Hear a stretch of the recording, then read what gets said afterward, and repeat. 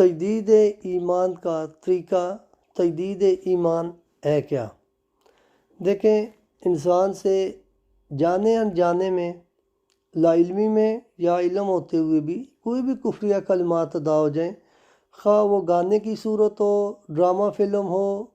یا کامیڈی کی ایکٹنگ کرتے ہوئے اگر بندے کے منہ سے کوئی کفریہ کلمات ادا ہو جائیں یا کوئی ایسا عمل ہو جائے جس سے بندے کا ایمان جاتا جائے،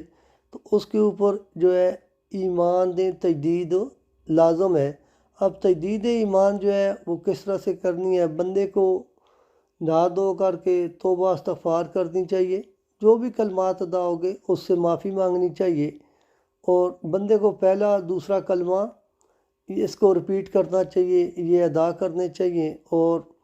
اللہ، رسول اور کتب اور آسمانی کتب کے اوپر ایمان لانا چاہیے۔